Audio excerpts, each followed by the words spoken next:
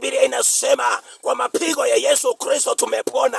Ninaamuru uponyaji juu ya maisha yako. Ninaamuru kibali juu ya maisha yako. Ninaamuru utajiri juu ya maisha yako. Maana neno la Bwana linasema kwa Korinto wa 2:8 alifanyika masikini ili tuwe tajiri. Na achilia neema juu ya maisha yako. Wakati unapoianza siku, wakati unapoenda kwa biashara, tembea na neema ya utajiri. Ninafuta kila laana, ninafuta kila umasikini, ninafuta kila ufukara, na achilia upako. Na amuru siku yako leo unaenda kubarikiwa, unaenda kufanikiwa, unaenda kuinuliwa. Haijalishi ni misimu ya ukoo inasimama kwa njia ya kwamba usibarikiwe. Haijalishi ni misimu ya ukoo inasimama kwa njia ya kwamba usipone. Uponyaji ni haki yako. Maana Biblia inasema kwa Isaya 53:5 kwa mapigo yake Yesu Kristo tumepokea uponyaji. Na achilia nguvu na upako wa uponyaji. Ninang'oa kila mapando ya magonjwa, kila laana zilizosimama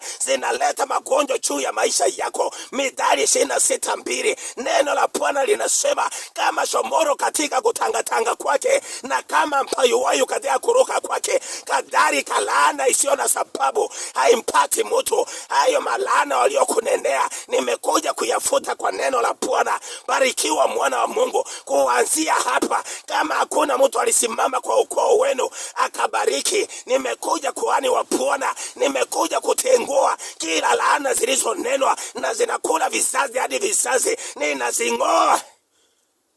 Shakata ya karabu kwa jina la Yesu. Na achilia sasa baraka juu ya maisha yako.